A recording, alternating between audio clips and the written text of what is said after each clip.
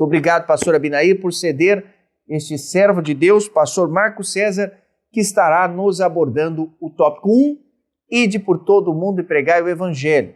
Pastor Marcos. A paz do Senhor, pastor Paulo Ricardo, a paz do Senhor, pastor João Paulo. É uma alegria estar mais uma vez aqui na Editora Betel e dessa vez ministrando sobre o tópico 1 da lição de número 13. O primeiro item dessa lição de número 13 fala: ide por todo o mundo, pregai o evangelho. A palavra ide é imperativo, portanto, é uma ordem para que todas as pessoas o cumpram. E pregai o evangelho, pregai as boas novas. A única obrigação do cristão é pregar. A única obrigação do cristão é ministrar as boas novas. O resultado não é conosco, o resultado ele vem de Deus, o próprio Espírito Santo, que convence o homem do pecado, da justiça e do juízo. A palavra ela é poderosíssima. A própria palavra já tem um poder em si, conforme podemos ler em Hebreus 4:12.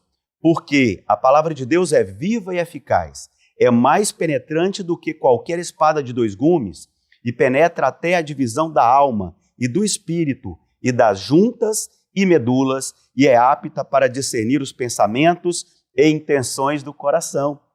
Portanto, a nossa obrigação, a ordenança, o ide, é simplesmente ministrar a palavra e os resultados são da responsabilidade do próprio Espírito Santo. Temos que apenas ter a disposição. E é verdade, sim, que a própria palavra menciona que quando estivermos perante grandes autoridades, perante julgadores, inclusive, o próprio Espírito Santo nos instrui daquilo que devemos falar.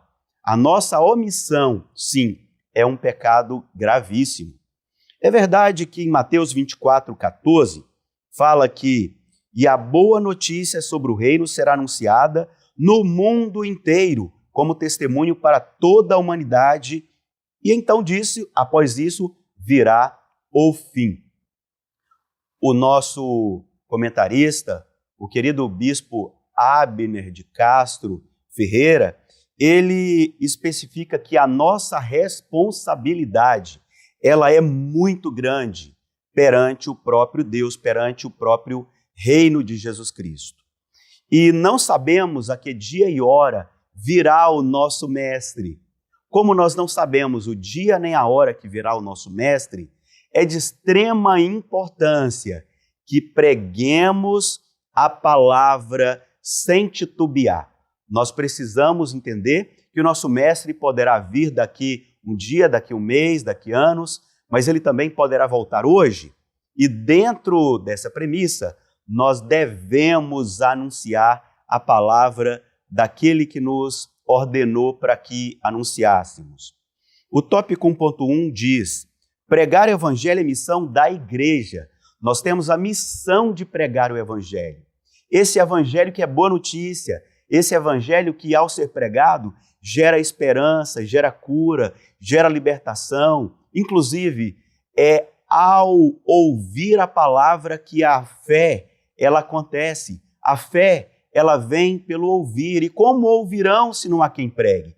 Então é muito importante que não olvidemos o dever de pregar a palavra de Deus. O comentarista, o bispo Abner, diz: o Senhor Jesus, após ressuscitar, provou que a sua morte e ressurreição ela estava prevista. Portanto, tudo o que está na palavra de Deus estava previsto, inclusive, no próprio Velho Testamento e no Novo Testamento. Tudo que foi dito foi testemunhado por mais de 500 pessoas, como está expresso no livro, em 1 Coríntios 15:6. Depois apareceu de uma só vez a mais de 500 seguidores. Tudo o que nós anunciamos hoje foi também testemunhado por centenas de pessoas após a ressurreição do próprio Cristo. A nossa fé, como está expresso em lições anteriores, a nossa fé, ela se baseia na razão também. Não é só uma fé ideológica, mas é uma fé baseada em fatos, em história, em arqueologia. Nós temos que ter convicção, estudar para ter convicção, estudar a palavra de Deus para que a nossa fé ela seja fortalecida. Jesus abre a nossa mente. É fato que a nossa mente ela foi aberta para que entendamos a nossa missão nessa terra. Tantas pessoas que estão sem objetivo, justamente porque elas não entenderam ainda a missão para a qual vieram na terra. A nossa missão é adorar a Deus, a nossa missão é servir ao Senhor Deus Todo-Poderoso. Nós precisamos seguir em paz com todos e cumprir a nossa missão de forma bastante abrangente. A própria missão e as palavras de Cristo, elas servem para chamar as pessoas ao arrependimento. Para quê? Para que elas sejam perdoadas. Chama ao arrependimento para que o perdão aconteça. Eu fui chamado ao arrependimento, sou muito feliz por isso, e eu fui perdoado por Cristo. Por quê? Porque uma pessoa se dispôs, ou várias pessoas se dispuseram a pregar o evangelho para mim, e por isso estou até hoje nos caminhos do Senhor. Além do arrependimento, nós também devemos entender que nós temos uma obrigação primordial de fazer discípulos, ensinar as pessoas em cada um dos princípios, em cada uma das ordenanças dadas pelo próprio Jesus, especialmente porque ele veio para nos salvar. Só que além de salvar, ele também veio como nosso Senhor. Como Salvador, muitas pessoas querem Jesus. Como libertador, muitas pessoas querem Jesus. Mas Jesus não é apenas o nosso libertador, ele é também o nosso Senhor. Jesus é o meu Senhor, meus queridos irmãos. Jesus é o meu Senhor. E como tal, eu devo seguir cada uma das ordens que ele me deu e me dá. É verdade, sim, que o Senhor ele nos envia a todos os cantos. O Senhor ele nos envia para estarmos pregando o evangelho ali em Jerusalém, que é a minha própria casa, que é a minha própria cidade, em toda a Judéia, que chega a ser o meu próprio estado, por exemplo, e na Samaria até os confins da terra.